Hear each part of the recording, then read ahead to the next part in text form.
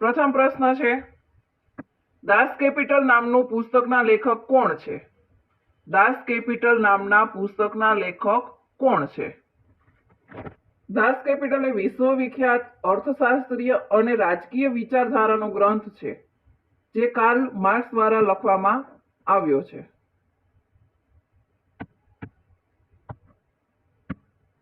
બીજો પ્રશ્ન છે, રેડક્લિફ સમિતિ શા માટે નીમવામાં આવી હતી? રેડક્લિફ સમિતિ શા માટે નીમવામાં આવી હતી? રેડક્લિફ કમિશનની રચના 1947માં ભારતના ભાગલા સમયે કરવામાં આવી હતી. તેના અધ્યક્ષ સર સિરિલ રેડક્લિફ હતા અને આ સમિતિને ભારત અને પાકિસ્તાન વચ્ચેની સરહદ નક્કી કરે છે, જેને રેડક્લિફ લાઇન તરીકે ઓળખવામાં આવે છે. તો અહીં જવાબ આવશે ઓપ્શન સી કે ભારત અને પાકિસ્તાન વચ્ચેની સરહદો નિશ્ચિત કરવા માટે.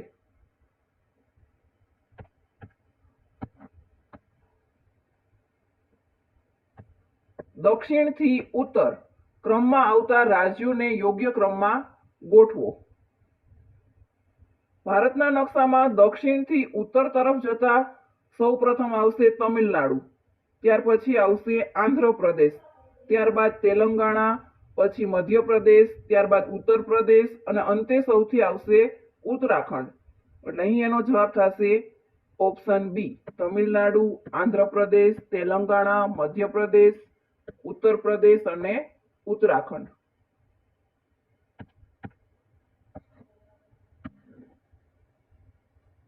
મોટર વાહન અધિનિયમ ક્યારથી અમલમાં આવ્યો?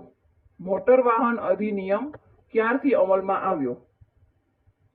મોટર વાહન અધિનિયમ 1988 એ 1 જુલાઈ 1989 થી અમલમાં આવ્યો. ઓપ્શન સી, 1 જુલાઈ 1989.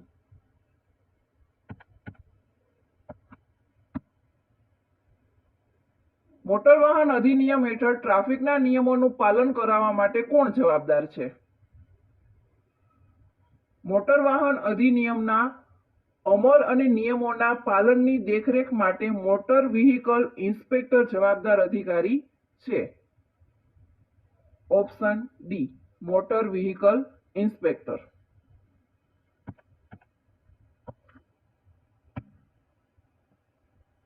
ભારત સરકાર દ્વારા વાહન અને લાયસન્સને લગતી બધી મુખ્ય સેવાઓ કયા કેન્દ્રીય પ્લેટફોર્મ પર લોન્ચ કરવામાં આવેલ છે? વાહન નોંધણી અને ડ્રાઇવિંગ લાયસન્સ સંબંધિત સેવાઓ પરિવહન સેવા પોર્ટલ પર ઉપલબ્ધ છે. પરિવહન સેવા પર.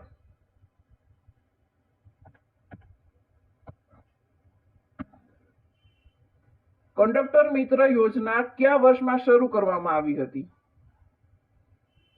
જીએસઆરટીસી દ્વારા કંડક્ટર મિત્ર યોજના છે એ વર્ષ 2019માં શરૂ કરવામાં આવી હતી.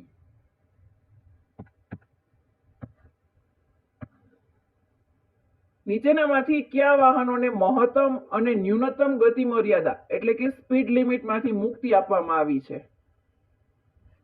કાયદા મુજબ વિશેષ પરિસ્થિતિમાં ઇમરજન્સી વાહનો એટલે કે ઇમરજન્સી વાહનોમાં ફાયર બ્રિગેડ, એમ્બ્યુલન્સ અને સરકારના ધ્યેય માટે વપરાતા વાહનો છે એને ગતિ મર્યાદામાં છૂટછાટ આપવામાં આવી છે. એટલે અહીંયા જવાબ આવશે આપેલ તમામ. ઇમરજન્સીમાં ફાયર બ્રિગેડ, ઇમરજન્સીના કિસ્સામાં એમ્બ્યુલન્સ, સરકારના ધ્યેય માટે વપરાતા વાહનો. આ બધા વાહનોને સ્પીડ લિમિટમાંથી મુક્તિ આપવામાં આવી છે.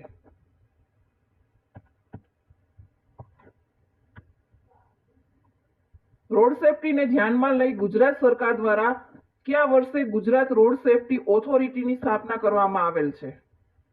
ગુજરાત રોડ સેફટી ઓથોરિટીની સ્થાપના 2018માં કરવામાં આવી હતી.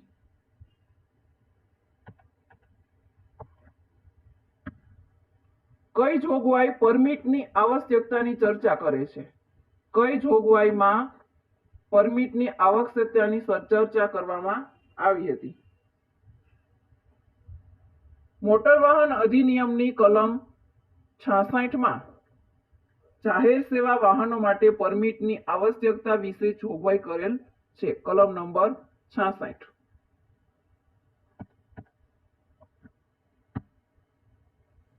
એક પુખ્ત વ્યક્તિની ટિકિટ છે ₹12, તો 2 પુખ્ત અને એક 7 વર્ષનું બાળક એમની કુલ ટિકિટ ભાડું કેટલું થાય છે? અહીંયા આપણને આપેલું છે એક પુખ્ત વ્યક્તિની ટિકિટ છે ₹12 અને એવા 2 પુખ્ત છે એટલે કે 12 દુ થશે 24, 2 છે, 2 પુખ્ત માટે ₹24. તેમની સાથે છે 7 વર્ષનું બાળક. 7 વર્ષના બાળક માટે અડધી ટિકિટ આવશે. બાળકની ટિકિટ થશે અડધી, 12 ના અડધા થશે ₹6. કુલ ટોટલ કરીએ 24 + 6 થશે ₹30. તેમને કુલ ભાડું ચૂકવવું પડશે ₹30. Option A.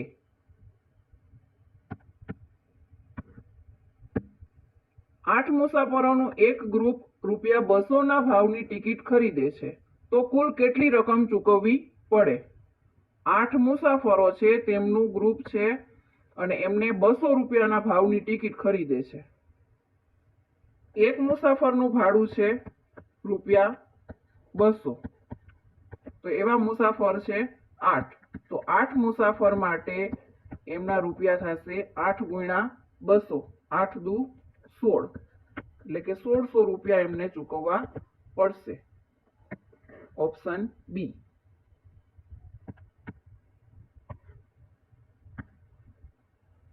ભારતમાં જીપ્સમનું સૌથી વધારે ઉત્પાદન કરતું રાજ્ય કયું છે? ભારતમાં જીપ્સમનું સૌથી વધારે ઉત્પાદન કયા રાજ્યમાં થાય છે?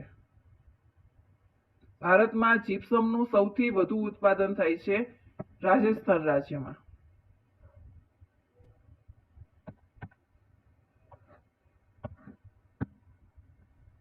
પાંચ વ્યક્તિઓનું એક ગ્રુપ મુસાફરી કરે છે.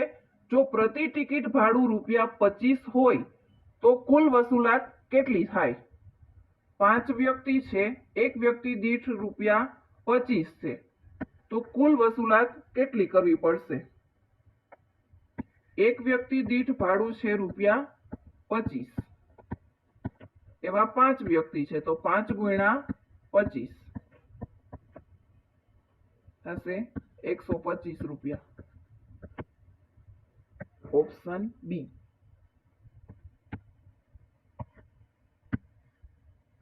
બે પુખ્ત અને બે બાળકો છે, એમાં એક બાળક છે એ 7 વર્ષનું છે અને એક બાળક છે એ 10 વર્ષનું છે. માટે જો એક ટિકિટનો ભાવ ₹40 હોય તો કુલ ભાડું કેટલું થાય? બે પુખ્ત વ્યક્તિ છે, બે પુખ્ત માટે આખી ટિકિટ લેવામાં આવશે અને એક ટિકિટનો ભાવ છે ₹40. એવા બે પુખ્ત માટે થશે 2 × 40 એટલે ₹80 અપુખ્ત વ્યક્તિ માટે. હવે એની સાથે બે બાળકો છે, 7 વર્ષનું એક બાળક છે ને એક બાળક છે 10 વર્ષનું, તો બંને બાળકોની ટિકિટ અડધી લેવામાં આવશે એટલે કુલ ટિકિટ છે ₹40, એમની અડધી થશે ₹20. એવા બે બાળકો છે, 2 × 20 એટલે થશે ₹40.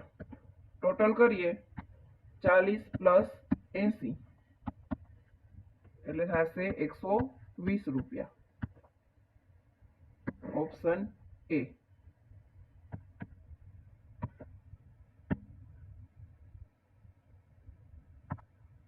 કિલોમીટર એટલે કે એક સ્ટેજ.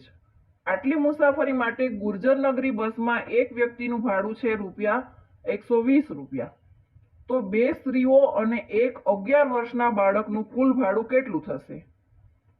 એક સ્ટેજ એટલે કે 6 કિલોમીટર બરાબર એક સ્ટેજ અને આટલી મુસાફરી માટે એક વ્યક્તિનું ભાડું છે ₹120. બે સ્ત્રીઓ માટે ભાડું થશે 120 × 2 બરાબર થશે ₹240. બે સ્ત્રીનું ₹240. એમની સાથે એક 11 વર્ષનું બાળક છે. 11 વર્ષનું બાળક હોય એટલે એનું અડધી ટિકિટ લેવામાં આવશે. 120 ના અડધા થશે ₹60. ટોટલ કરીએ 240 + 60 જવાબ આવશે ₹300. Option A.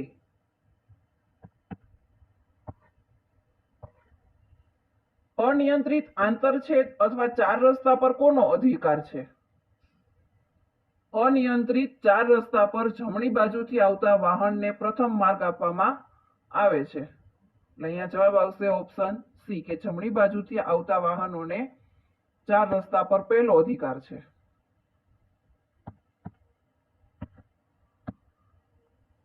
લક્ષદ્વીપ સમૂહ ક્યાં આવેલો છે? લક્ષદ્વીપ એ ભારતનો એક કેન્દ્ર શાસિત પ્રદેશ છે. તે કેરળના પશ્ચિમ કિનારાથી અરબી સમુદ્રમાં આવેલો છે અને લક્ષદ્વીપ છે એ કુલ 36 ટાપુઓ આવેલા છે. લક્ષદ્વીપમાં કુલ 36 ટાપુઓ છે. અહીં જવાબ આવશે ઓપ્શન એ અરબી સમુદ્રમાં આવેલો છે.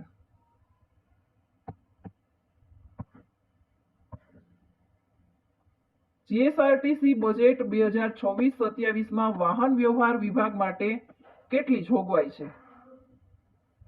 જીએસઆરટીસી ના 2026-27 ના બજેટમાં વાહન વ્યવહાર વિભાગ માટે અંદાજે 4,314 કરોડની જોગવાઈ કરવામાં આવી છે. Option A 4,314.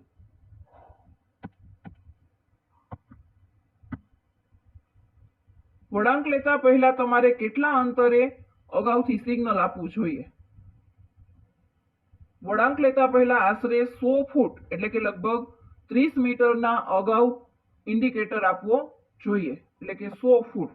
Option C.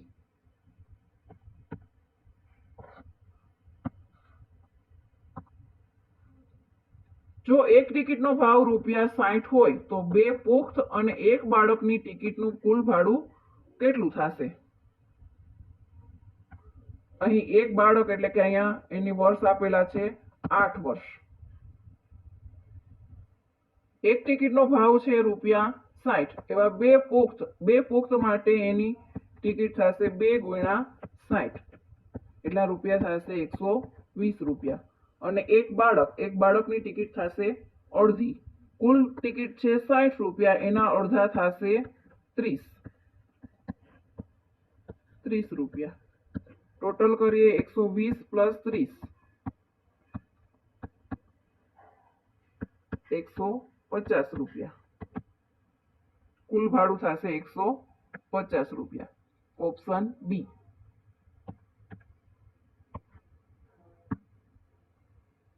સાપેક્ષતાવાદનો સિદ્ધાંત આપનાર કોણ છે? સાપેક્ષતાવાદનો સિદ્ધાંત કોણે આપેલો છે? સાપેક્ષતાવાદનો સિદ્ધાંત આપેલો છે મહાન વૈજ્ઞાનિક આલ્બર્ટ આઇન્સ્ટાઈન દ્વારા રજૂ કરવામાં આવેલ છે, એટલે કે આલ્બર્ટ આઇન્સ્ટાઈન દ્વારા. અને એનું પ્રસિદ્ધ સમીકરણ છે E = mc².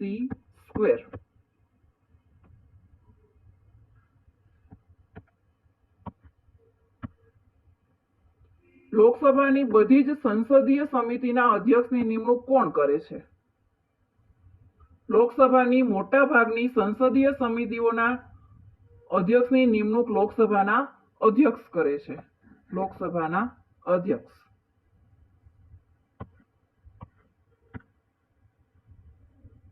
જનનીની જોડ સખી નહીં જડે રે લોલ પંક્તિની રચના કોણે કરી છે?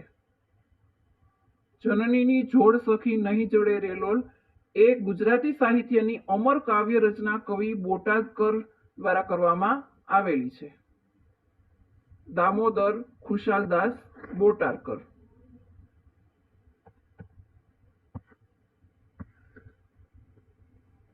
ભારતમાં કયો દિવસ વસંત પંચમી તરીકે ઉજવાય છે?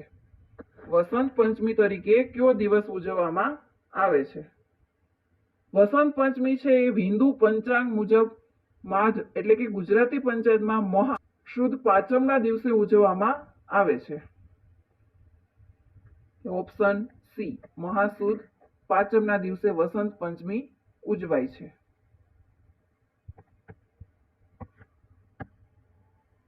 પ્રાચીન ભારતીય પરંપરા અનુસાર ભારતમાં વસંત પંચમીને કોની ઉપાસના માટેનો શ્રેષ્ઠ દિવસ માનવામાં આવે છે? વસંત પંચમીના દિવસે વિદ્યા, જ્ઞાન, સંગીત, કલા અને વાણીની અધિષ્ઠાત્રી દેવી સરસ્વતીની પૂજા કરવામાં આવે છે. એટલે ઓપ્શન ડી દેવી સરસ્વતી.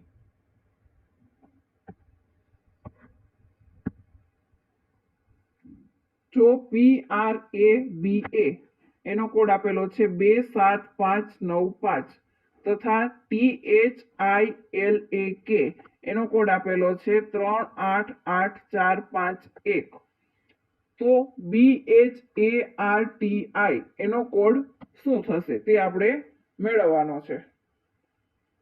અહીં આપેલો છે P, એની સાથે આપેલું છે 2, R માં આપેલું છે 7, A માં આપેલું છે 5 અને B સામે 9 અને A સામે 5 આપેલા છે. એવી જ રીતે T સાથે આપેલા છે 3, H ના થશે 8, I માટે 8, L માટે 4, A માટે 5 અને K માટે 1 થશે. આપણે મેળવવાનું છે BHARTI, તો B નો થશે 9, અહીં B માટે થશે 9, H માટે થશે, H નો થશે 8, A માટે થશે 5, R માટે થશે 7,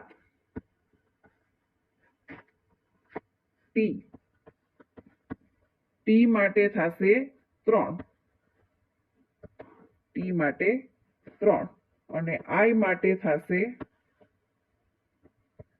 8. આપણો અહીં જવાબ થશે 9, 8, 5, 7, 3, 8, ઓપ્શન ડી.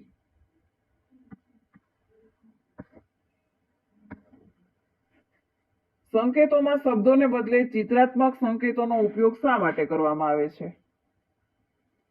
ભાષાકીય મર્યાદાઓને દૂર કરવા માટે રસ્તાના ચિહ્નોમાં ચિત્રનો ઉપયોગ થાય છે, જેથી કોઈ પણ ભાષા કે દેશનો વ્યક્તિ પણ તેને જોઈને સરળતાથી સમજી શકે.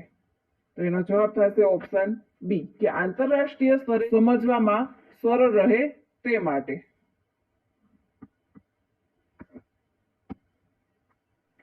સ્ટેજ કેરેજમાં ડ્રાઈવર ઉપરાંત કેટલાથી વધુ મુસાફરો લઈ જવાની જોગવાઈ છે? મોટર વાહન અધિનિયમ અનુસાર સ્ટેજ કેરેજ એવું વાહન છે કે જે અલગ અલગ સ્ટેજ પરથી અલગ અલગ ભાડું લઈને ડ્રાઈવર સિવાય 6 થી વધુ મુસાફરોને લઈ જવા માટે વાપરવામાં આવે છે. અહીં એનો જવાબ થશે ઓપ્શન બી.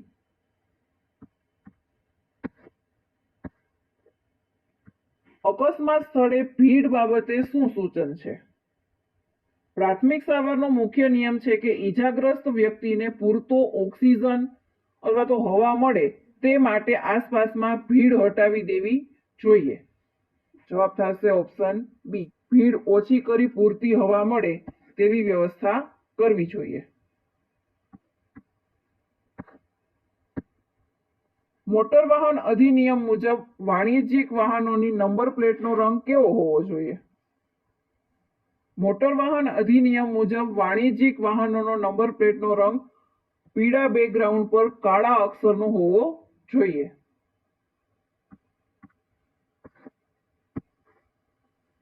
હાલનો મોટર વાહન અધિનિયમ ભારતીય સંસદમાંથી ક્યારે પસાર થયો? હાલમાં અમલમાં રહેલો મોટર વાહન કાયદો સંસદ દ્વારા 1988માં પસાર કરવામાં આવ્યો હતો અને તે 1 જુલાઈ 1989 થી અમલમાં આવ્યો હતો. જવાબ આવશે ઓપ્શન બી 1988 થી.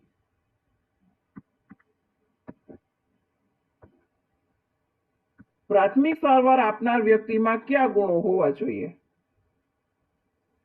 ઇમરજન્સી પરિસ્થિતિમાં દર્દીનો જીવ બચાવવા માટે પ્રાથમિક સારવાર આપનાર વ્યક્તિમાં જ્ઞાન, તાલીમની સાથે સાથે તાત્કાલિક નિર્ણય લેવાની ક્ષમતા અને ધીરજ અને હિંમત ખૂબ જ જરૂરી છે.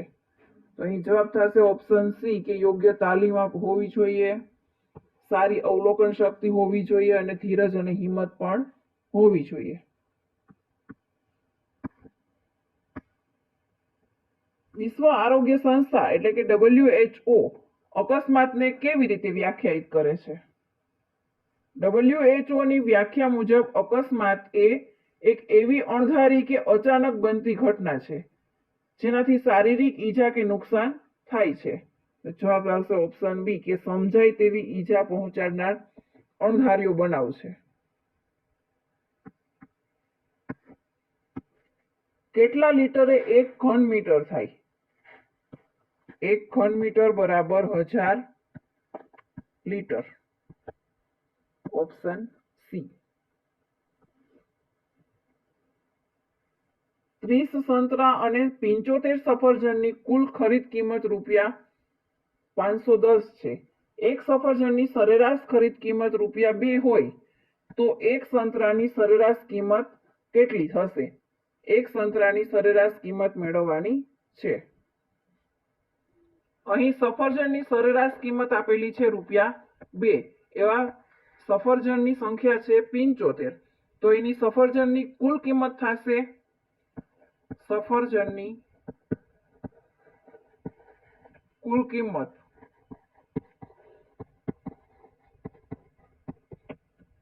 75 ગુણ્યા 2 એટલે થશે 150 રૂપિયા. સફરજનની કુલ કિંમત થશે 150 રૂપિયા. એવી જ રીતે 30 સંતરાની કુલ કિંમત આપણે અહીં મેળવવાનું છે. 30 સંતરાની કુલ સરેરાશ કિંમત મેળવવાની છે. અહીં કુલ ખરીદ કિંમત છે 510 રૂપિયા. તો 510 માંથી 150 બાદ કરીએ તો થશે 360 રૂપિયા. તો સંતરાની સરેરાશ કિંમત થશે, સંતરા માટે સરેરાશ કિંમત થશે 360 ભાગ્યા 30. 30 સંતરા આપેલા છે 360 રૂપિયા અને એને ભાગ્યા 30. 0 0 કેન્સલ, 12 તેરી 36. એટલે સંતરાની સરેરાશ ખરીદ કિંમત થશે રૂપિયા 12. ઓપ્શન બી.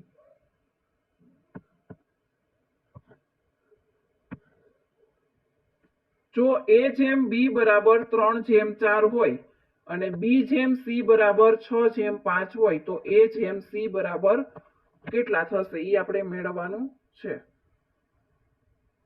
અહીં આપેલું છે A/B બરાબર 3/4 આપેલું છે અને B/C બરાબર આપેલું છે 6/5. તો આપણે અહીંયા મેળવવાનું છે A/C. તો આપણે B ની સરખામણી સરખી કરીએ. અહીંયા B બરાબર 4 આપેલું છે અને અહીંયા B બરાબર 6 આપેલું છે. તો અહીંયા પેલાને આપણે 3 વડે ગુણીએ અને બીજાને આપણે 2 વડે ગુણીએ એટલે B છે એ સમાન થશે. પેલું આખું પદ છે એને 3 વડે ગુણવાનું અને બીજું પદ છે એને 2 વડે ગુણીએ. તો A/B બરાબર થશે 3 તેરી 9 જેમ 4 તેરી 12 અને B/C એનું થશે એને 2 વડે ગુણવાના છે એટલે કે 6 દુ 12 જેમ 5 દુ 10 એટલે B ની કિંમત સરખી થઈ ગઈ. વધ્યું A/C. તો A/C બરાબર થશે 9/10. ઓપ્શન બી.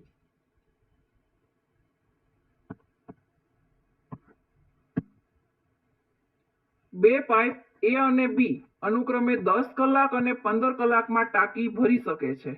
તો બંને પાઇપ એક સાથે ચાલુ કરવામાં આવે તો ટાંકી ભરવા માટે કેટલો સમય લાગશે? અહીં શોર્ટકટ ટ્રીકનો ઉપયોગ કરીએ કે પહેલા A અને B આપેલું છે 10 કલાક અને 15 કલાક. તો સમય આપણે મેળવવાનો છે. તો સમય બરાબર ઉપર આવશે બેયનો ગુણાકાર A ગુણ્યા B અને નીચે છેદમાં આવશે બંનેનો સરવાળો. A ગુણ્યા B 10 કલાક અને 15 કલાક બંનેનો ઉપર આવશે ગુણાકાર અને છેદમાં આવશે બંનેનો સરવાળો. 10 ગુણ્યા 15 એટલે થશે 150. 10 પ્લસ 15 એટલે થશે 25. 25 6 150 એટલે જવાબ આવશે 6 કલાક. બંને પાઇપ એક સાથે ચાલુ કરવામાં આવે તો ટાંકી ભરવા માટે 6 કલાકનો સમય લેશે. Option B.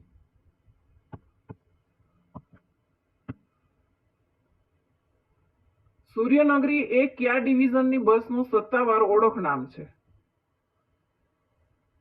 સુરત ડિવિઝન માટે સૂર્યનગરી નામ વપરાય છે. અહીં જવાબ આવશે ઓપ્શન સી. અહીં વડોદરા માટે આવશે વિશ્વામિત્રી. નડિયાદ માટે આવશે ખેડા અથવા તો અમૂલ અને વલસાડ માટે આવશે દમણગંગા.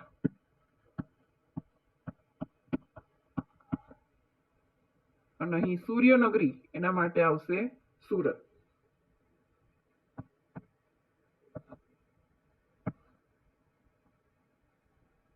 બસોની સરળ ઓળખ માટે દરેક ડિવિઝનને ચોક્કસ નામ અપાય છે. તે મુજબ ભાવનગર ડિવિઝનની ઓળખ કયા નામથી ઓળખાય છે?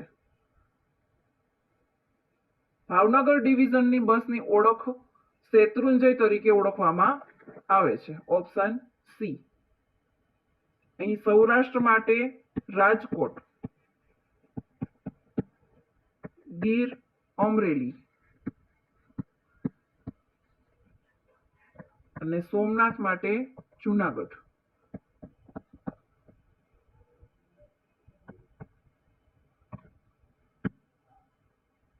જીએસઆરટીસીની સ્થાપના સમયે એટલે કે 1 મે 1960માં કુલ કેટલા ડેપો કાર્યરત હતા? જીએસઆરટીસીની સ્થાપના 1 મે 1960ના રોજ થઈ ત્યારે 7 ડિવિઝન અને 76 ડેપો અને 125 બસ સ્ટેશન હતા. એટલે અહીં એનો જવાબ આવશે 76 ડેપો કાર્યરત હતા.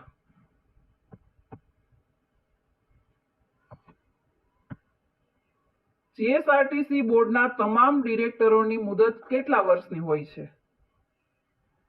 જીએસઆરટીસી નિગમના તમામ ડિરેક્ટરો એટલે કે સંચાલનોની મુદત હોય છે 3 વર્ષની રાખવામાં આવી છે.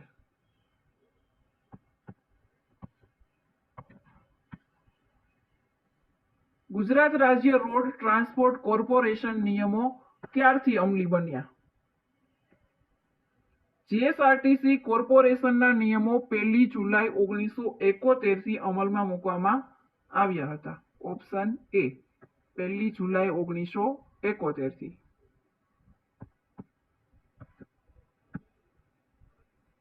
એસટીના કયા વર્ગના કર્મચારીઓને બોનસ ચૂકવાય છે?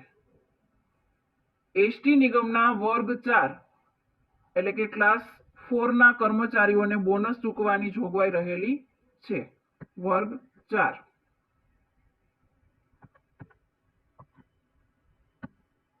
ચા પાણી કયો સમાસ છે? જે સમાસમાં બંને પદો સમાન કે સરખા મહત્વના હોય તેમનો વિગ્રહ અને કે અથવા જેવા સંયોજક વડે થતો હોય તેને દ્વંદ્વ સમાસ કહે છે. અહીં આપેલું છે ચા પાણી, તો એમને કહી શકાય કે ચા અને પાણી, તો તેથી એમનો સમાસ થશે દ્વંદ્વ સમાસ.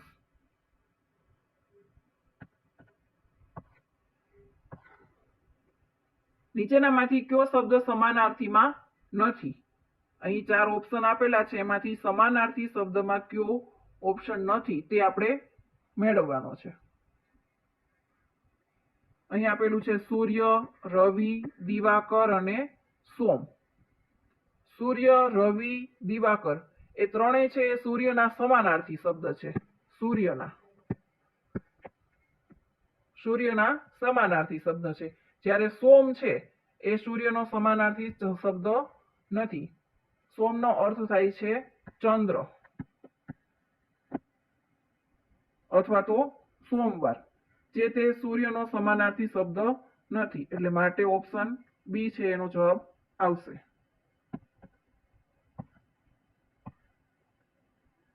મેં પાઠ વાંચ્યો આ વાક્યનું પ્રેરક વાક્ય શોધો. અહીં ક્રિયા કરવા માટે જ્યારે અન્ય વ્યક્તિ દ્વારા પ્રેરણા આપવામાં આવે છે ત્યારે પ્રેરક વાક્ય બને છે. અહીં મૂળ વાક્યમાં પાઠ વાંચ્યો જે પ્રેરક વાક્ય બનાવવા માટે શિક્ષક દ્વારા ક્રિયા કરવાની પ્રેરણા દર્શાવતું વાક્ય છે. શિક્ષકે મારી પાસે પાઠ વચાવ્યો. શિક્ષકે મારી પાસે પાઠ વચાવ્યો કે શિક્ષક દ્વારા પ્રેરણા આપવામાં આવી છે અથવા તો એના દ્વારા કહેવામાં આવ્યું છે. એટલે અહીં એનો જવાબ થશે ઓપ્શન બી કે શિક્ષકે મારી પાસે પાઠ વચાવ્યો.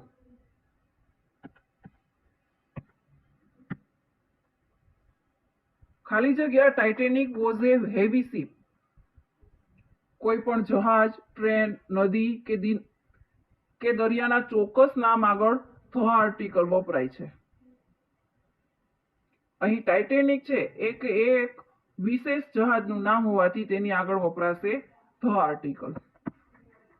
તો Titanic was A heavy ship.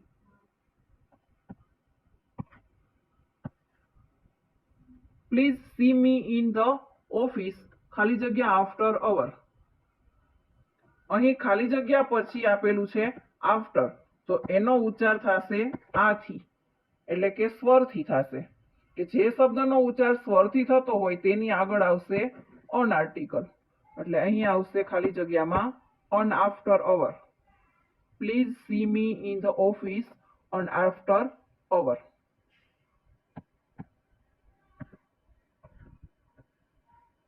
The cow ખાલી જગ્યા ફોર લેગ્સ. અહીં ધ કાઉ એટલે કે ધ કાઉ એ એક વચન છે.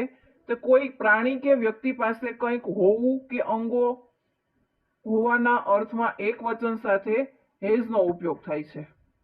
એટલે અહીં ખાલી જગ્યામાં આવશે has four legs. The cow has 4 legs.